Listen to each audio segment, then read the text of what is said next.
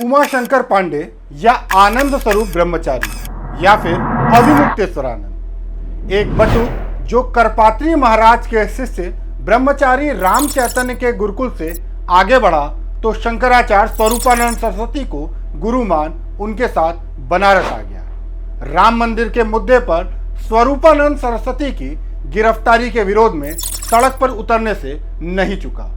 एक ऐसी यूनिवर्सिटी जहां छात्र संघ अध्यक्ष का मतलब ही एनएसयूआई का कैंडिडेट था, वहां से एबीवीपी से पहले उपाध्यक्ष और फिर अध्यक्ष चुना गया, जिसने यूपीए सरकार के दौर में गंगा के लिए न सिर्फ अनशन किया बल्कि तत्कालीन पर्यावरण मंत्री जयराम रमेश से तीखी बहस भी की, जिसने अपने गुरु के साथ राम जन्मभूमि की परिक्रमा की, जिसने राम मंदिर के लिए हिंदुओं के तरफ से हुई 40 दिन की बहस में 24 दिनों तक बहस में हिस्सा लिया और 350 प्रमाण कोर्ट में पेश किए, जिसने गंगा में मूर्ति विसर्जन रोकने के फैसले के खिलाफ सपा सरकार में लाठियां खाई, जिसने अधूरे राम मंदिर के उद्घाटन पर मोदी सरकार को घेरा, जिसने राहुल गांधी को हिंदू धर्म से बेदखल करने का ऐलान कर दिया, जिसने गौ मांस के मुद्दे पर यूपी सीएम आदित्यनाथ को योगी मानने से ही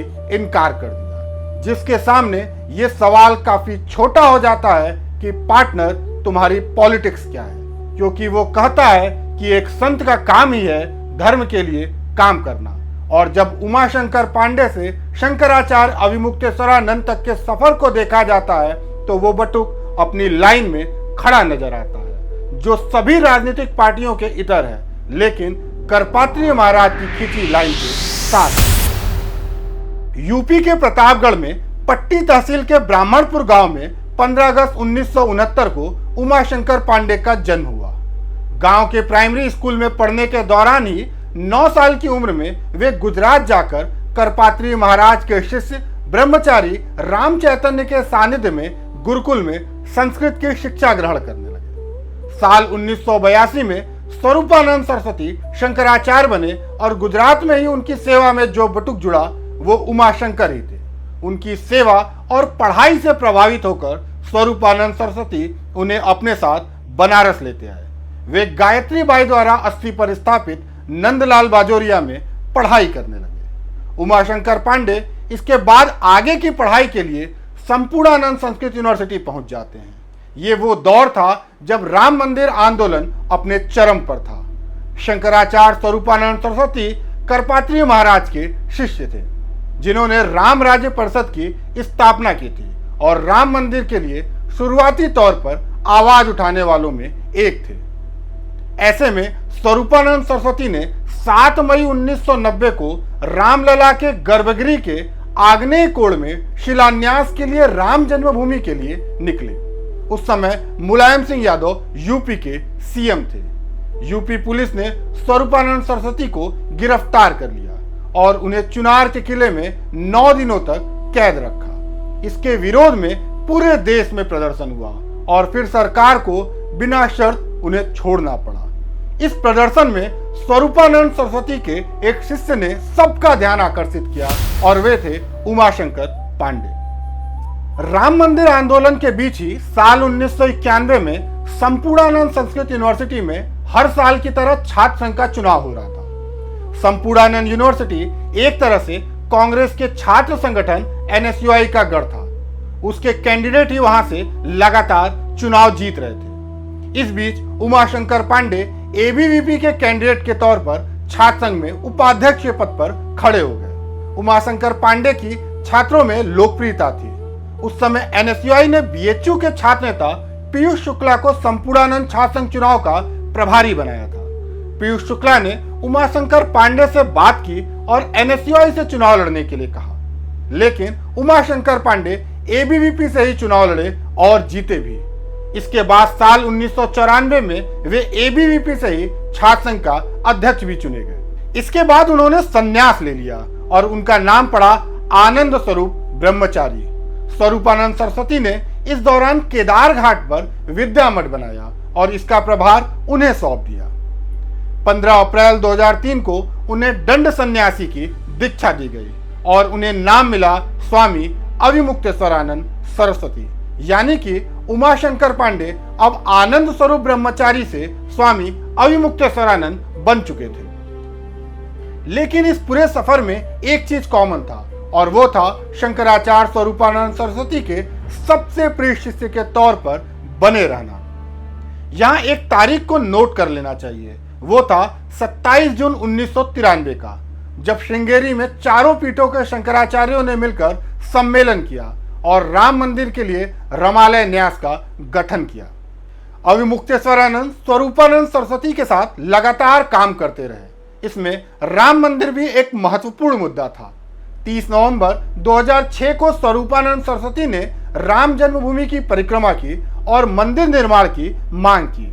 हाँ, इसमें एक महत्वपूर्ण बात यह था कि मुस्लिम पक्षकारों से बात करके इस मुद्दे को हल कराने का वे प्रयास करते रहे। इसके बाद 13 मई 2007 को राम सेतु रक्षा सभा का दिल्ली में आयोजन होता है। इसमें राम सेतु संरक्षण को गैर राजनीतिक महाअभियान बताया गया।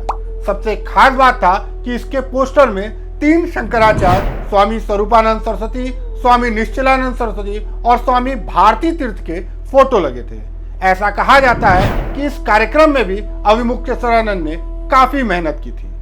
इस बीच अविमुक्तेश्वरानंद गंगा को राष्ट्रीय नदी का दर्जा दिलाने के लिए संघर्ष करते रहे। जून 2008 में वे हर की पौड़ी हरिद्वार में 38 दिनों तक चले आमरण अनशन में भी शामिल हुए। वे गंगा के लिए आंदोलन और अनशन करने वाले प्रोफेसर जीडी अग्रवाल के साथ लगातार काम करते रहे। इसी दौरान एक मीटिंग में अविमुक्तेश्वरानंद और तत्कालीन पर्यावरण मंत्री जयराम रमेश की तीखी बहस भी हुई थी। इस दौरान अविमुक्तेश्वरानंद गंगा सेवा अभियान के अंतर्गत राष्ट्रीय नदी संयोजक के तौर पर काम करते रहे। यहाँ एक तस्वीर और मौजूद है, और वो तस्वीर है गंगा जी को सिर्फ हिंदुओं का बताने की हाल में शुरू हुई चर्चा पर, क्योंकि गंगा सेवा अभियान के तहत काशी में 112 दिनों तक चले धरने में अविमुक्तेश्वरानंद के साथ हिंदू, मुस्लिम, सिख, ईसाई और जैन धर्म के लोग भी थे। ये तस्वीर उसकी गवाही देता है। 4 नवंबर 2008 को तत्कालीन प्रधानमंत्री मनमोहन सिंह ने गंगा को राष्ट्रीय नदी घोषित किया। इस दौरान प्रधानमंत्री से हुई मुलाकात के समय स्वरूपानंद सरस्वती के साथ अविमुक्तेश्वरानंद भी थे। गंगा को राष्ट्रीय नदी घोषित किए जाने के बाद शंकराचार्य घाट काशी में शंकराचार्य स्वरूपानंद सरस्वती के नेतृत्व में गंगा पूजन किया गया। तस्वीर में आप इसमें अविमुक्तेश्वरानंद को भी देख सकते हैं। इस बीच गंगा के लिए तीसरे चरण के अभियान की शुरुआत हुई, जिसमें अविरल गंगा की बात हुई। अविमुक्तेश्वरानंद ने इसके लिए भी लगातार काम किया। साल 2013 में कानपुर आईटी के प्रोफेसर रहे और केंद्रीय प्रदूषण बोर्ड के सदस्य के तौर पर काम कर चुके, जिन्हें लोग स्वामी ज्ञान स्वरूप सानंद के तौर पर जानने लगे थे, ने गंगा के लिए गंगा प्रोटेक्शन मैनेजमेंट एक्ट की मांग की थी। वे गंगा के तटों पर हाइड्रो इलेक्ट्रिक प्रोजेक्ट को बंद करने की मांग कर रहे थे। हालांकि तत्कालीन केंद्र सरकार और पर्यावरण मंत्री जयराम रमेश ने उनकी कुछ मांगों को मानते हुए उत्तरकाशी में बन रही 3 जल विद्युत परियोजनाओं पर काम बंद करा दिया था। उसके साथ भी अविमुक्तेश्वरानंद लगातार गंगा के लिए काम करते रहे। इस बीच केंद्र में नरेंद्र मोदी की सरकार आ गई। वे वाराणसी से सांसद भी चुने गए। साल 2015 में इलाहाबाद हाईकोर्ट ने गंगा में मूर्तियों पर विसर्जन पर रोक लगा दी। संतों ने इस फैसले के खिलाफ वाराणसी में प्रदर्शन किया। प्रदेश में अखिलेश यादव की सरकार थी। पुलिस ने इस धरने को हटाने के लिए लाठीचार्ज कर दिया, जिसमें अविमुक्तेश्वरानंद और उनके दर्जनों बटकों पर लाठियां चली थी। हालांकि बाद में अखिलेश ने अविमुक्तेश्वरानंद से इसके लिए वे माफी मांगी थी और अविमुक्तेश्वरानंद ने उन्हें माफ भी कर दिया था। इस बीच इलाहाबाद हाईकोर्ट का एक फैसला आता है, जिसमें स्वरूपानंद सरस्वती को शंकराचार्य माना जाता है। इसे शंकराचार्य को लेकर 1953 से चली आ रही कोर्ट की लड़ाई में एक बड़ी जीत के तौर पर देखा जाता है। इसके बाद 29 नवंबर 2017 को परमहंसी गंगा आश्रम में स्वरूपानंद सरस्वती का पुनः पट्टाभिषेक का कार्यक्रम होता है। हालांकि स्वामी वासुदेवानंद सरस्वती इसके खिलाफ सुप्रीम कोर्ट पहुंच गए, जो मामला अब भी कोर्ट में है। इस पूरी कहानी को जानने के लिए मेरे पिछले वीडियो ज्योतिष पीठ के शंकराचार्य को भी आप देख सकते हैं। एक तरफ अविमुक्तेश्वरानंद अपने गुरु स्वरूपानंद सरस्वती को कोर्ट से मिली जीत पर खुश थे तो दूसरी तरफ वो राम मंदिर के लिए लगातार कोर्ट का चक्कर लगा रहे थे, और तीसरी तरफ वो अपने पहले गुरु और स्वरूपानंद के भी गुरु स्वामी करपात्री जी महाराज के नक्शे कदम पर उतरते हुए चुनावी राजनीति में भी अपने लोगों को खड़ा कर रहे थे। वे साल 2017 में यूपी विधानसभा में अपने कैंडिडेट उतार दिए। आपको मालूम ही होगा कि किस तरह से करपात्री महाराज ने 50 और 60 के दशक में राम राज्य परिषद से यूपी, बिहार और राजस्थान में कैंडिडेट उतारे थे और उनके कैंडिडेट जीते भी थे। तो अविमुक्तेश्वरानंद ने चुनावी राजनीति में भी हस्तक्षेप शुरू कर दिया। इसे आप साल 2025 के बिहार विधानसभा चुनाव में भी देख सकते हैं। इस बीच नवंबर 2019 में आए राम जन्मभूमि के फैसले में भी कई जगह अविमुक्तेश्वरानंद का जिक्र है। अविमुक्तेश्वरानंद ने मंदिर की एक चौहद्दी का पता लगाया था। इस चौहद्दी का जिक्र स्कंद पुराण में भी है, जिसके बारे में हेंस बेकर ने लिखा था। कोर्ट को उसके 3 कोनों का नक्शा तो मिल गया था, लेकिन चौथा कोना नहीं मिल रहा था। अविमुक्तेश्वरानंद ने अयोध्या में काफी समय बिताकर इस चौहद्दी का पता लगाया था। सुप्रीम कोर्ट के फैसले के परिशिष्ट में कई जगह उनका नाम और उनके दिए गए तर्कों का उल्लेख है। अविमुक्तेश्वरानंद कहते हैं, श्री राम जन्मभूमि पुनरुद्धार समिति की तरफ से हम नियमित कोर्ट में सुबह 10 से शाम 5 बजे तक मौजूद रहते थे। हमारी वकील रंजना अग्निहोत्री भी वहां रहकर पूरे मामले को देखती थी। विशेष बहस के समय कोलकाता हाई कोर्ट के वकील पीएन मिश्रा भी मौजूद रहते थे। हम कोर्ट में विषय विशेषज्ञ के रूप में मौजूद रहते थे। हमारे तथ्यों और साक्ष्यों को कोर्ट ने महत्वपूर्ण माना, इसलिए इलाहाबाद हाई कोर्ट के सितंबर 2010 को आए फैसले और सुप्रीम कोर्ट के फैसले में भी हमारा जिक्र है। अविमुक्तेश्वरानंद कहते हैं, तब हमने प्रण किया था कि जब तक सुनवाई होगी तब तक पूरे दिन बिना खाए पिए अपनी जगह पर बैठे रहेंगे। इस प्रण को पूरी तरह निभाया भी। ये हमारे लिए सबसे यादगार रहेगा।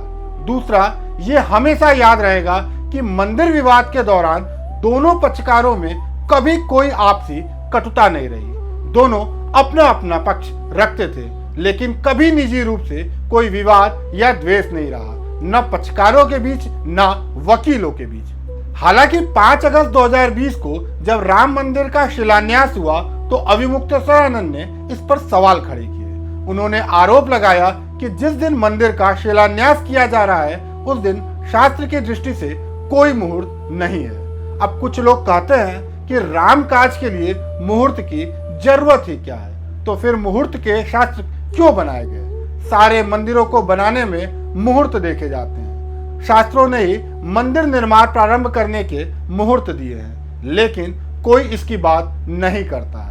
शंकराचार्य स्वरूपानंद सरस्वती भी इस कार्यक्रम में नहीं गए थे। वो खुद योगी हैं, वो बहुत। अरे भाई योगी है, कहाँ से योगी है? योग तो कर नहीं पाए थे वो, जब एक पैर पे खड़े होकर उनको वृक्षासन करना था, लड़खड़ा गए थे। योगी होते तो योग करके दिखाते। योगी होते तो अपने मठ को संभालते, अपने संप्रदाय को बढ़ाते। योगी होते तो ये करोड़ों करोड़ पशुओं को काट करके उसका मांस ना बेचते। काहे के योगी है? किस तरह से योगी है बताओ, किस एंगल से योगी है? कोई एक एंगल बता दो, आप ही बता दो, आपको हम पूरी छूट दे रहे हैं। है कोई एंगल? योगी है, योगी है। कोई नाम रख लेगा योगी तो योगी हो जाएगा, कोई भेष बना के आ जाएगा तो योगी हो जाएगा। इस बीच 11 सितंबर 2022 को स्वरूपानंद सरस्वती ब्रह्मलीन हो गए। कहा जाता है कि राजा की गद्दी कभी खाली नहीं होती। ऐसे में अविमुक्तेश्वरानंद और उनके समर्थकों का मानना है कि अगले दिन ही यानी कि 12 सितंबर 2022 को ही अविमुक्तेश्वरानंद का ज्योतिषपीठ शंकराचार्य के तौर पर पट्टाभिषेक हो गया। उनके समर्थक इसका विजुअल भी शेयर करते रहते हैं। अविमुक्तेश्वरानंद सरस्वती स्वामिनः उत्तराम्नाय ज्योतिषपीठे पट्टाभिषिक्तान् विदद्मः। स्वामी वासुदेवानंद सरस्वती इसके खिलाफ फिर कोर्ट पर थे और उनका कहना था कि स्वरूपानंद सरस्वती का मामला ही अभी सुप्रीम कोर्ट में है, तो अविमुक्तेश्वरानंद कैसे शंकराचार्य हो सकते हैं। कोर्ट ने इस पर संज्ञान लेते हुए 14 अक्टूबर 2022 को उनके पट्टाभिषेक पर रोक लगा दी। लेकिन अविमुक्तेश्वरानंद के वकील कहते हैं कि सुप्रीम कोर्ट ने पट्टाभिषेक पर तो रोक लगाई है, लेकिन ज्योतिषपीठ के शंकराचार्य लिखने पर नहीं रोक लगाई है। ऐसे में इस पर विवाद होता रहता है। स्वरूपानंद सरस्वती के ब्रह्मलीन होने के बाद भी अविमुक्तेश्वरानंद उन्हीं की परंपरा को आगे बढ़ाते हुए दिखे। गौ माता के मुद्दे पर वो लगातार मुखर रहे और मार्च 2024 में गोवर्धन से दिल्ली तक गौ माता को राष्ट्रमाता घोषित करने के लिए पदयात्रा की। इस बीच फरवरी 2024 में राम मंदिर के उद्घाटन में भी उन्होंने सवाल उठाए। उन्होंने अधूरे मंदिर के उद्घाटन को लेकर मोदी सरकार की जमकर आलोचना की। वहीं वो ट्रस्ट को लेकर भी नाखुश दिखे। वे लगातार इसके खिलाफ बोलते रहे। महाकुंभ 2025 पर त्रिवेणी जल पर जल की शुद्धता को लेकर अविमुक्तेश्वरानंद ने सवाल उठाए। उन्होंने वैज्ञानिक प्रमाण मांगते हुए कहा कि बताइए कि गंगा का जल आचमन और स्नान के लिए शुद्ध है या नहीं। इस पर योगी आदित्यनाथ ने कहा था कि वे खुद 3 महीने में कई बार यहाँ स्नान कर चुके हैं और आचमन कर चुके हैं। मेरा स्वास्थ्य बिल्कुल ठीक है। अविमुक्तेश्वरानंद ने महाकुंभ में हुए भगदड़ पर भी योगी आदित्यनाथ पर निशाना साधते हुए उनकी व्यवस्था पर सवाल उठाए थे। और इन सब के बाद साल 2026 का विवाद शुरू हो जाता है, जिसके बाद अविमुक्तेश्वरानंद के साथ बदसलूकी हुई और बटुकों के साथ मारपीट। ये मुद्दा थमा ही नहीं था कि अविमुक्तेश्वरानंद पर पॉक्सो एक्ट के तहत आरोप लगे, जिस पर मामला कोर्ट में है। तो उमाशंकर पांडे से आनंद स्वरूप ब्रह्मचारी और फिर अविमुक्तेश्वरानंद तक का सफर कई मोड़ों से गुजरा है। हर मोड़ पर वे करपात्री महाराज और स्वरूपानंद सरस्वती की लाइन पर दिखते हैं, लेकिन इन सब के बीच वे एक ऐसे संत के रूप में सामने हैं जिनकी चर्चा के बिना आज आगे न तो धर्म की बात होती है न तो राजनीति की। अगली स्टोरी में करपात्री महाराज के शिष्य रहे एक शख्स की इंटरव्यू के साथ फिर मिलेंगे। तब तक के लिए चैनल को सब्सक्राइब करें।